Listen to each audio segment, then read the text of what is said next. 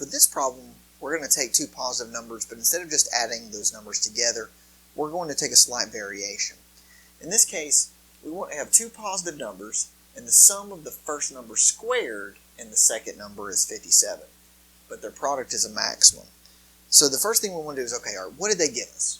So I've got two positive numbers, so let's call those x and y. And it says the sum of the first number squared and the second number is 57. So that's what I get out of this. And that's all that I'm really given, but what they want is that the product is a maximum. So I need to find their product and say, okay, well, the product is xy, and I'm trying to find the maximum. It didn't really matter if I'm trying to find the maximum or the minimum here, because I'm going to set it up the same way, but how I interpret my results is going to be based upon the outcomes of this particular problem.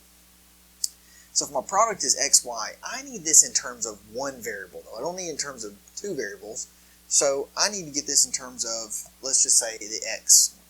So then I can rewrite this as 57 minus x squared, which tells me that I could write this as that, or I could say 57x minus x cubed, which would then allow me to take a derivative. So to recap, by the way, you would say this is your primary equation, this is a secondary equation that's given. We use that to get an equation of a single variable. We take its derivative to get 57 minus 3x squared, which can be written as 319 minus x squared. So what that tells me is x equals plus or minus the square root of 19 is a critical point. Or is it? Well, if we go back, we have to remember that there are two positive numbers.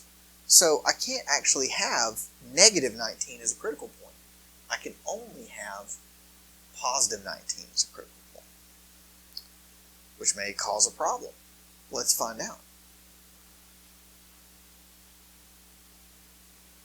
If I take the second derivative, I get negative 6x. And if I take the second derivative at the square root of 19, I get negative 6 square root of 19, which is less than 0. That tells me that it's concave down at that point.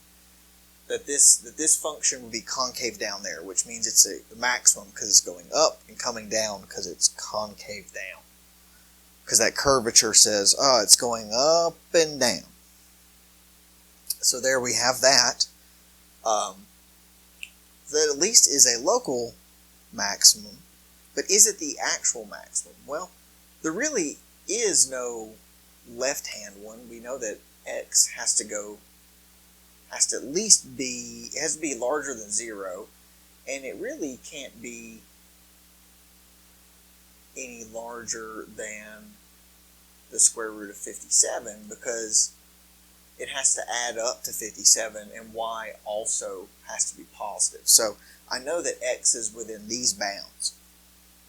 So since I know that x is within those bounds, I can kind of check, you kind of check these. You don't quite check those, but you can plug them in. If they don't work, you have to be a little more careful and use like small epsilon values and stuff and take limits.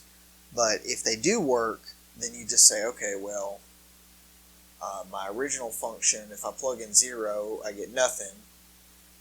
If I plug in square root of 57 to the product, I also get nothing. So it must be true that this square root of 19 is square root of 19, 57 minus 19. So that's going to be, what, 38 square root of 19? Is that, so if x is the square root of 19,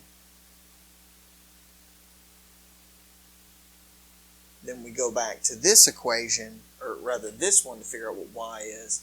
Tells me y is 38. So those are my two positive numbers that satisfy the constraints.